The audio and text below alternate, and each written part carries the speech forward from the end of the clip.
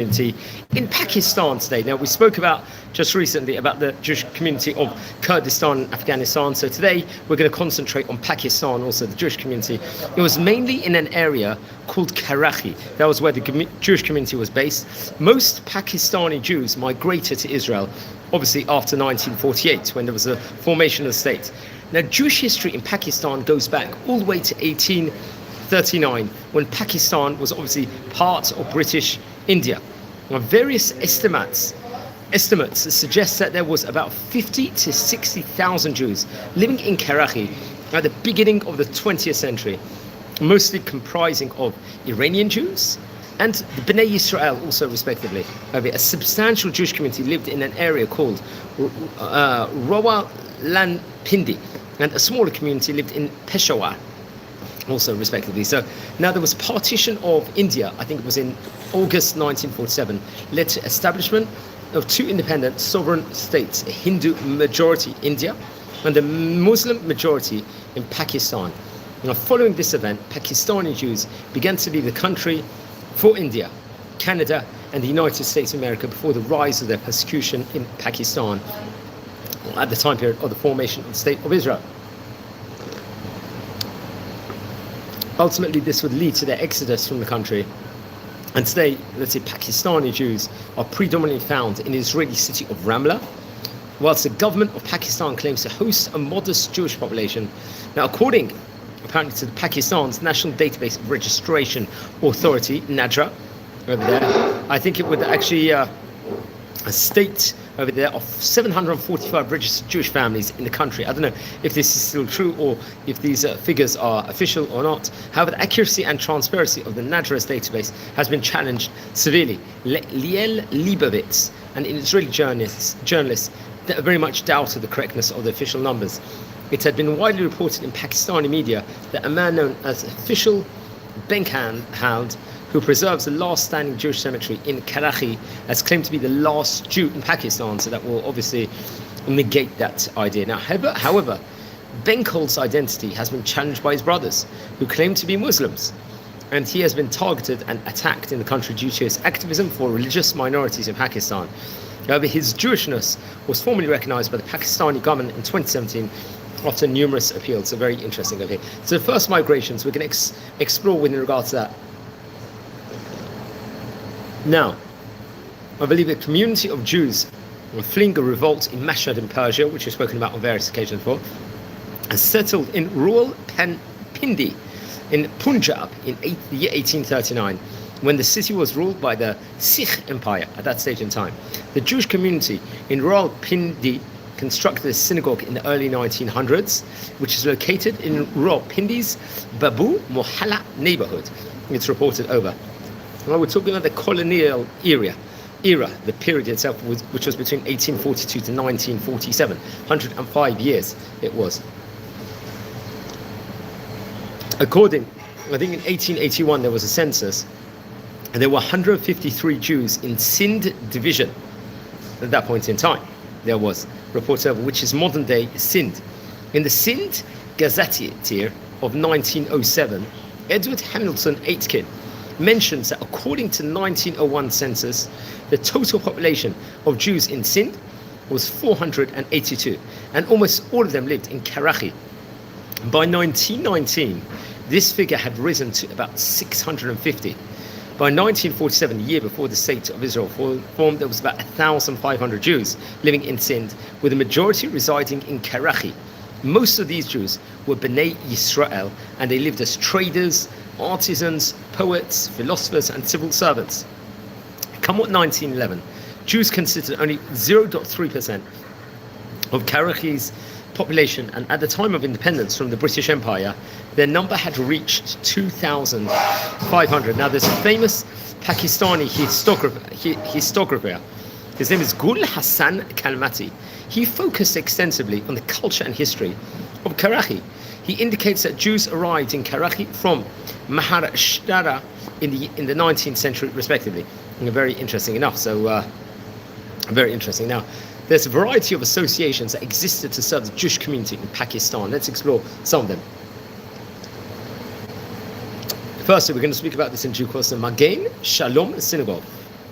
obviously for prayer, for tefillot. That was built in 1893 near Rancho Line.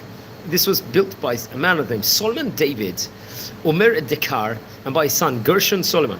Other accounts suggest that it was built by Shalom Solomon, a surveyor for the Karachi Municipal Committee, and his wife Shigula Bai.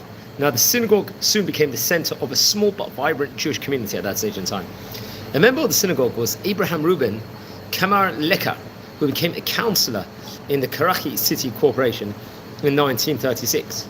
Now, Young Man's Jewish Association, founded in 1903, whose aim was to encourage sports as well as religious and social activities of Bnei Israel in Karachi.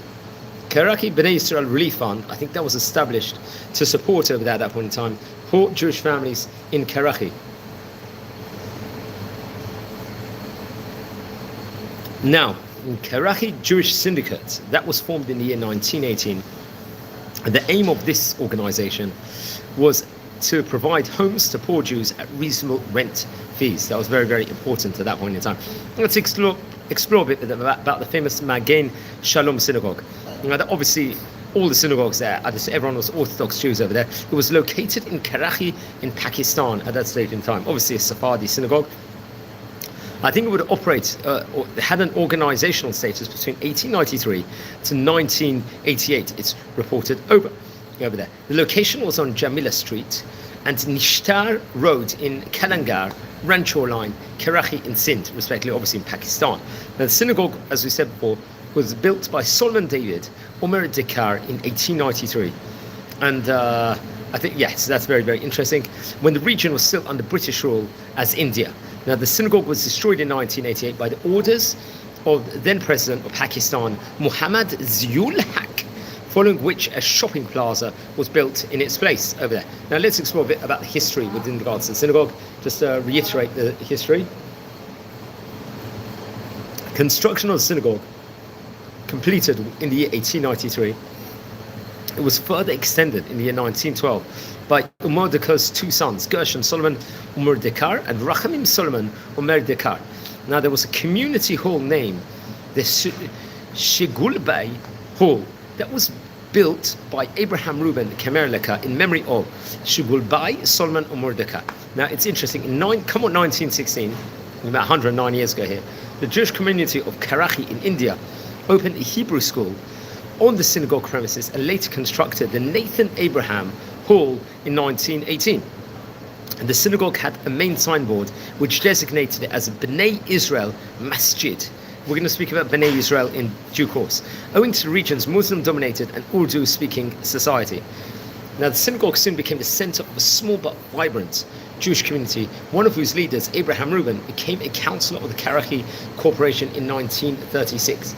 You can see prominent positions over there.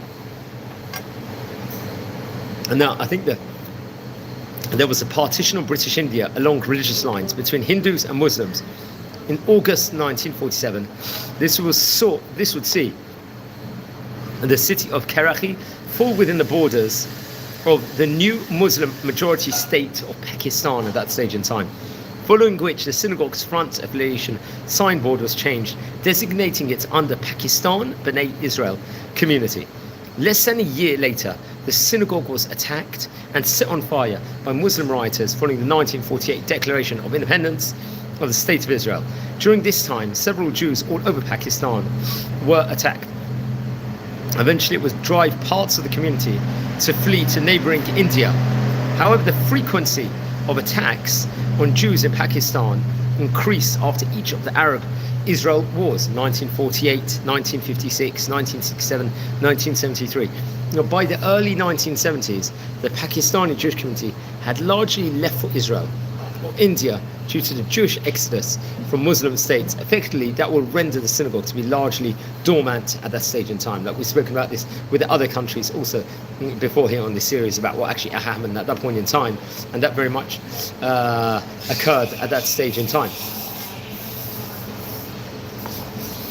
So, I think come July the 17th in 1988, the synagogue was demolished and eventually replaced by a shopping plaza, as we said before. This was in the Madiha Square in the Rancho Line neighborhood. This was in the neighborhood of southern Karachi. And let's talk a bit about post-demolition extractions. In 1989, the original Ark and Podium were reportedly stored by a non-Jew in Karachi, while a Torah scroll case was taken by a Jewish American woman to the United States of America. In 2004, she donated the synagogue's registrars covering the period of 1961 to 1976 to the Israeli Ben-Zvi Institute in Jerusalem. In these ledgers, a circumcision was recorded in 1963, and several weddings in 1963, 1964, and in 1973 it was, only 15 names were written down, 15 were written down, of whom 9 were listed as left Karachi, respectively.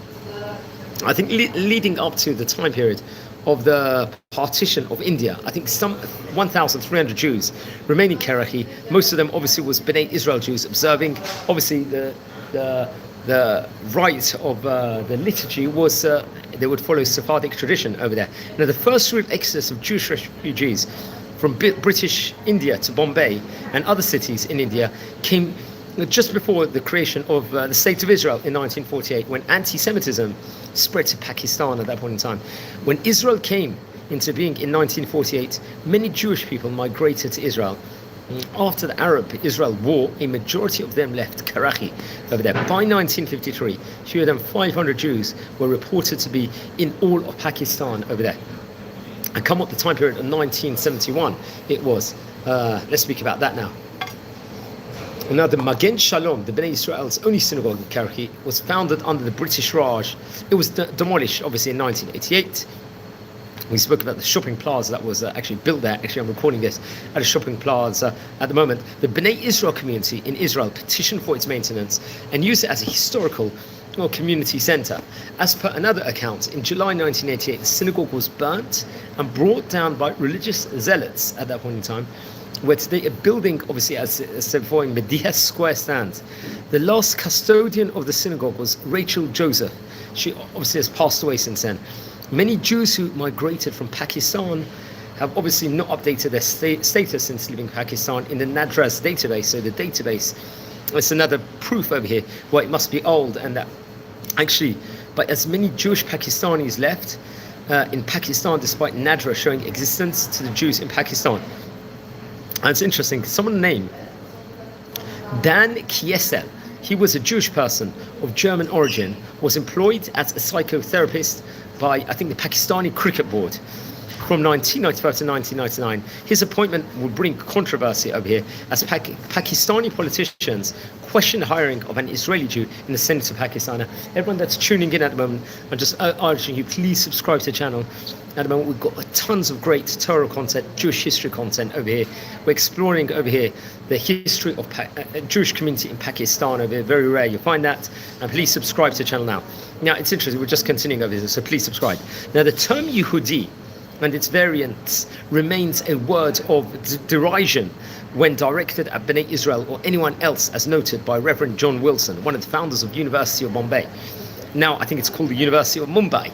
In Urdu, the national language of Pakistan over there, however, the word simply translates to Jewish over there.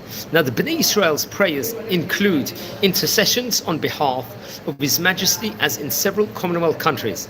The Jewish Chronicle of London reported on Karachi's Jews as recently as 2007. They'll write some writings on them, respectively. Now, come with the general elections in 2013, it was reported that 809 adult Jews were enrolled as voters. The number of Jewish women voters was 427 against 382 men in the community. By 2017, according to election commissions of Pakistan, around 900 Jews were registered as voters in the country. Also in 2017, according to the National Database and Registration Authority, there are 745 registered Jewish families in Pakistan. Remember, this is not necessarily verified and will be highly, obviously, challenged for many reasons. Now, anti-Semitism, the creation of Medinat Israel, of Israel, and Arab-Israel conflict led to a rise in anti-Semitism in Pakistan. Obviously, we stated before, the synagogue was demolished in 1988. There was, unfortunately, various incidents of violence against Jewish people. It would start occurring following, obviously, the establishment of Israel, creating a sense of insecurity within the community of Karachi. And Karachi's Magen Shalom synagogue was reported over. Different accounts were happened, set ablaze, and attacks on Jews would escalate after each Arab-Israel war, 1948, 56, 67.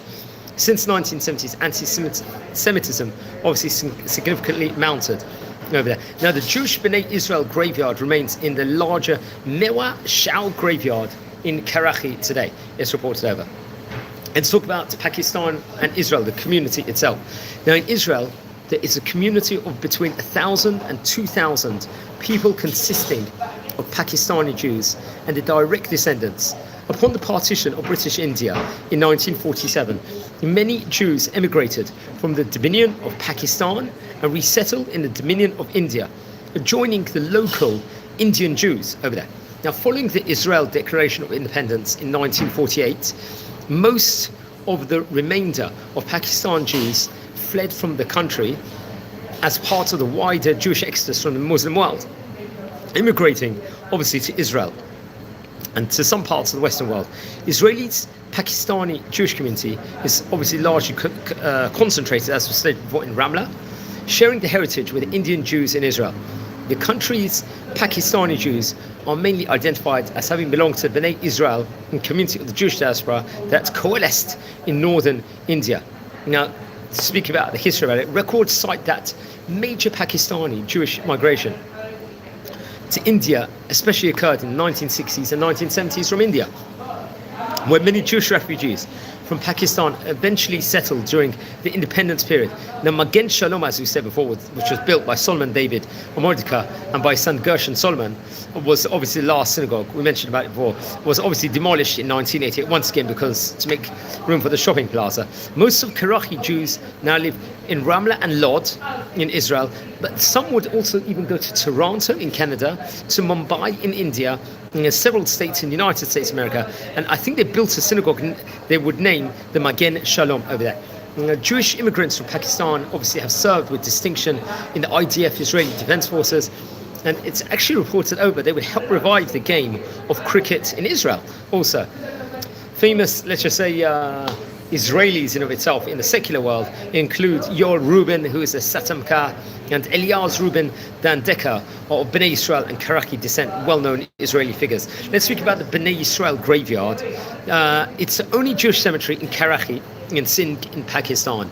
This cemetery obviously is part of the larger Mewa Shao graveyard. Over the years, the area has been reduced. The graveyard currently holds about 5,000 graves. In his book, Karachi Tarikh Ke'ayin Mein, Muhammad Usman Damohi writes that the Jews only had one cemetery in Karachi, it's reported over, located southeast of the Haji camp area. It was called the Bnei Israel Cemetery, and in her book, the Malika-e-Mashriq, the Queen of the East, Mahmouda Rizwiya writes that the old Jewish cemetery is adjacent to Mabadad and is the southeast of the Haji camp over there. And now, I think one notable burials over there was Solomon David, who was official of the Karachi Municipal Corporation. And according to some, or obviously we stated maybe he was most likely the builder of the Magen Shalom Synagogue over there, which is very, very interesting now. Now, we've spoken about how they emigrated and mostly went to Ramla, and I think despite the exodus, remnants of the strong historical Jewish presence in the country would remain initially. I think there were prominent buildings such as the Khalik Dina Hall, the Quaid Azam House, the Edward House, the Moulds Mansion, and the BBS Parsi High School, which were all located in Karachi. This was at the time when people were leaving. They were designed by a man named Moses Somak.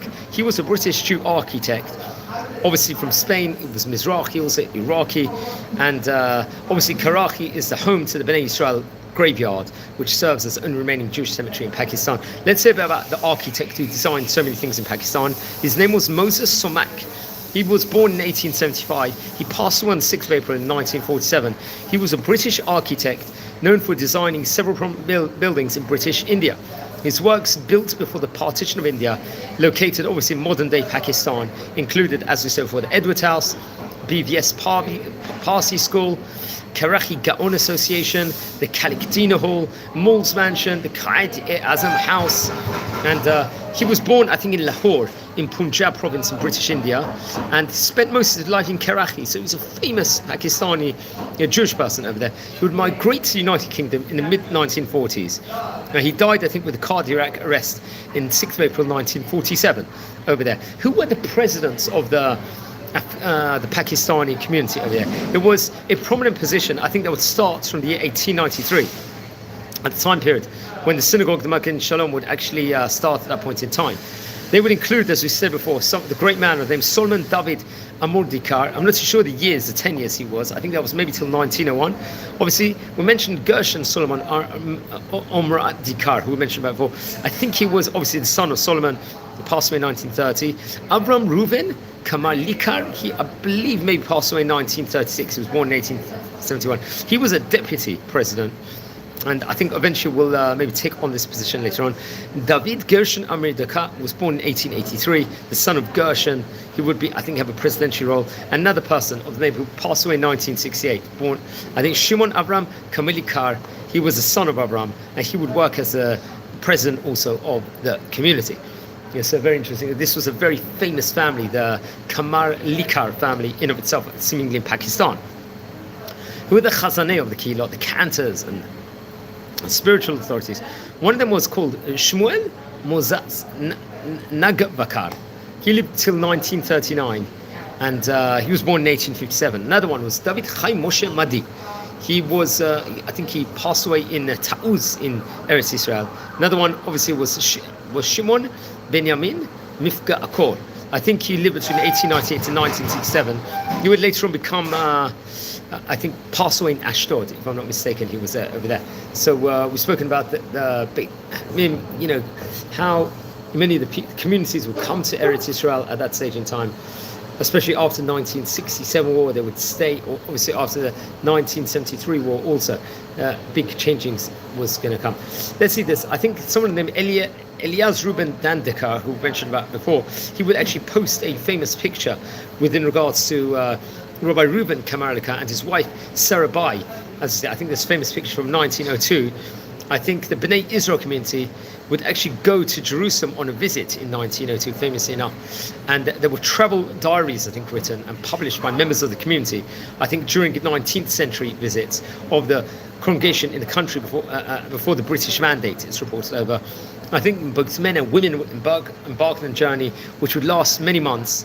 And I think it was at the opening of the Suez Canal.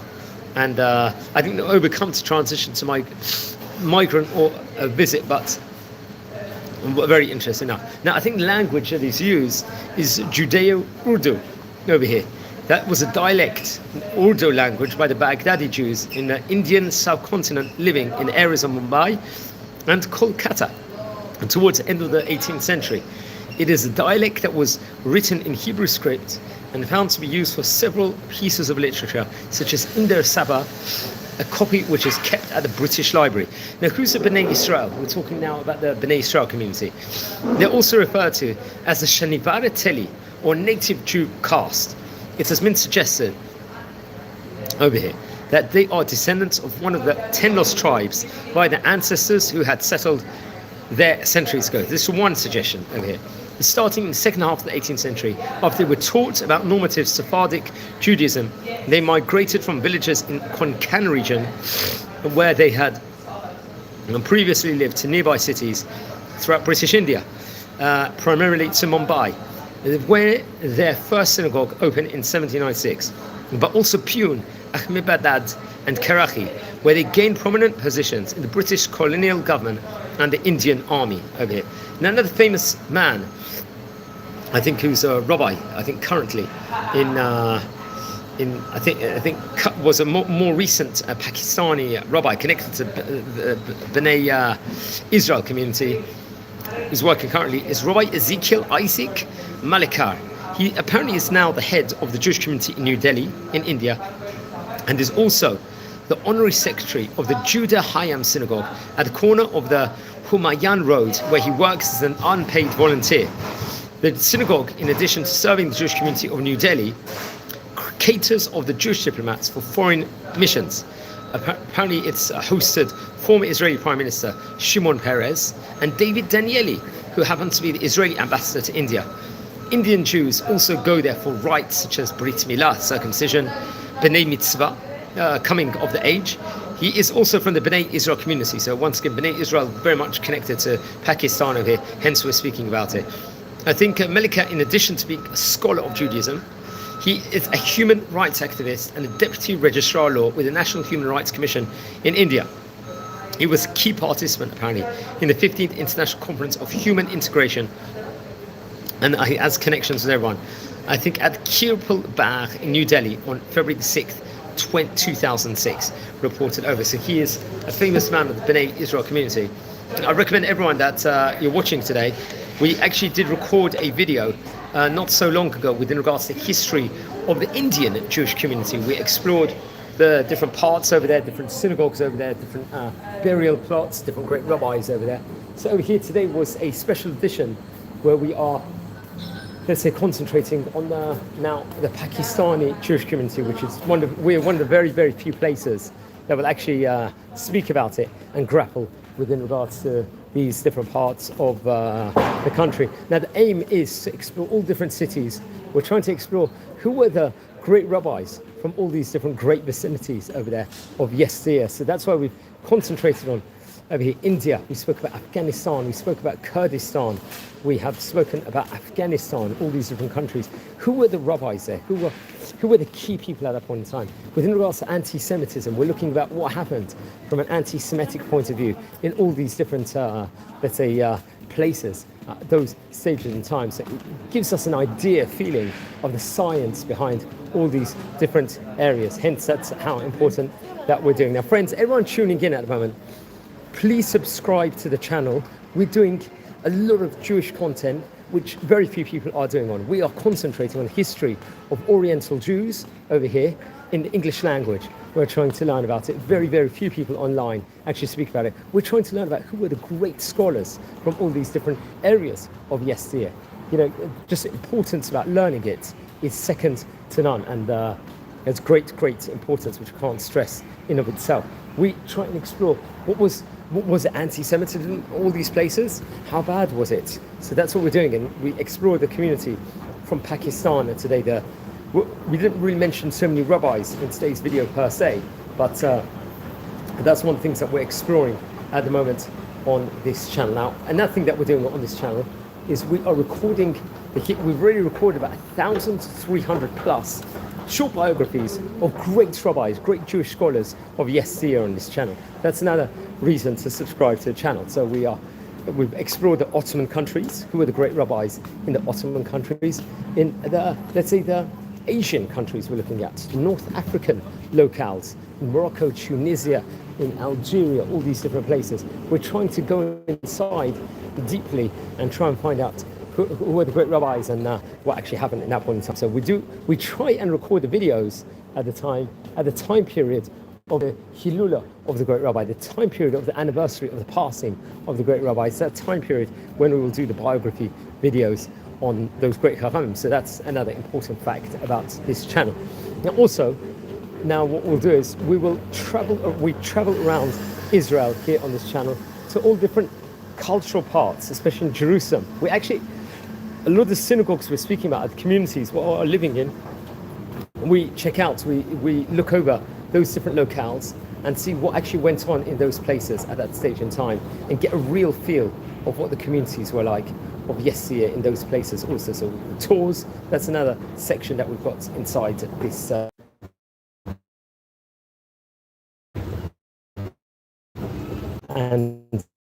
another very important topic. And we have a great Jewish personality every day coming to share some wisdom for Am Yisrael. Could be a great rabbi here of modern day or someone else to share over some wisdom. So I think on that note, it's a good time to conclude. Please, everyone, subscribe. Have a great day. We learned about the Pakistani Jewish community. Thanks everyone for watching.